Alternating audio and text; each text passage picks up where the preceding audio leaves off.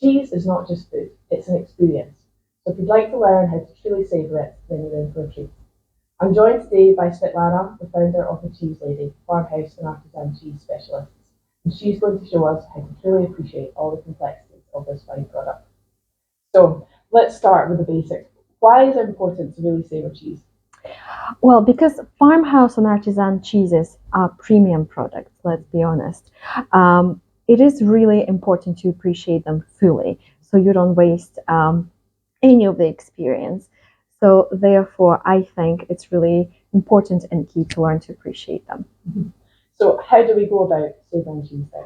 Well, I always like to remind people about our five senses. We all have them, but we don't utilize them to the best of our abilities in every experience. And when it comes to savoring and enjoying cheese, I think we could definitely do more of that. So the five senses are hearing, sight, touch, smell, and taste. And when it comes to cheeses, I do know that a lot of people go for the final sense, which is taste, and they enjoy it, and it's all great. But if you use all five of them, you'll have a much fuller and deeper experience. Super. So, could you show us in practice how it should be done? Yes, absolutely. Well, I'll just talk you through one of the cheeses. We have five cheeses here, and I'm going to chat to you about this Tinto, which is a Scottish goat's milk cheese. So first of all, what I'm going to do is, if I go to the very first sense, actually, I'm going to chat to you about hearing. And hearing is a little bit of a funny one, I know. How do I hear my cheese? How do I hear my food? Well, when it comes to cheese, actually, there's this step involved. When you get your cheese from a cheesemonger, you get it nicely wrapped up and you bring it home. When you're about to cut your cheese board, you'll be opening the paper. And that rustling of paper starts building the anticipation, the same way that champagne cork pop gives you that anticipation, and you start salivating and getting excited.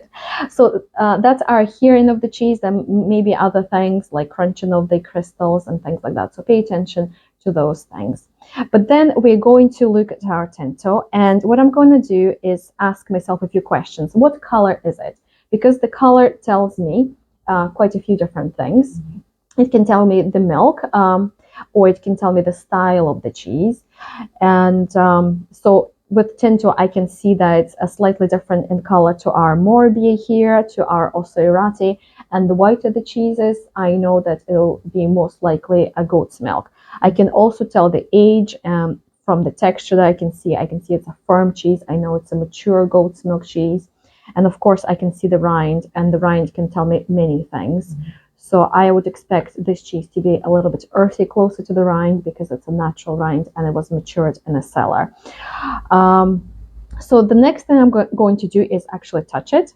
And again, that confirms my initial suspicion. It's a firm cheese. I have no gift to the texture, whereas if I were to press on our Morbier here, I would see that's a bouncy texture. It actually bounces. So this is semi-firm, whereas this is firm. And another thing I can do is I can break it. And again, going back to my site, I'll see that it's a slightly rugged texture. It's a little bit crumbly. And I know these things will all come together on my palate. Now that I have it broken down like that, I'm going to smell it.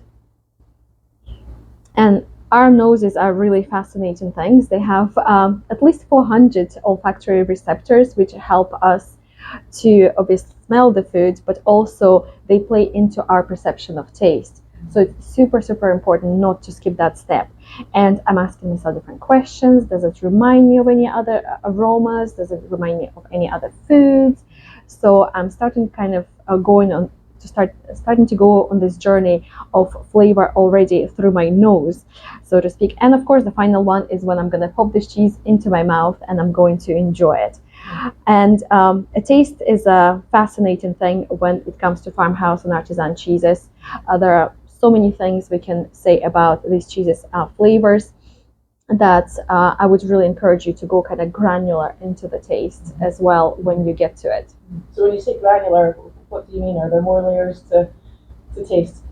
Absolutely. So when you taste cheeses or any other foods, in fact, you will first of all notice the 5 primary flavors, which are salty, sweet, umami, bitter, and acidic. So those are the ones that you will notice first and foremost, and everybody will kind of go away, oh, this cheese is salty, or this cheese is sweet. But if you dig deeper and you look for secondary flavors, you'll see how the cheese transforms, and it will start reminding you of other things, other foods. So there will be nutty notes, there might be earthy notes, mushroomy, so the list goes on and on and on.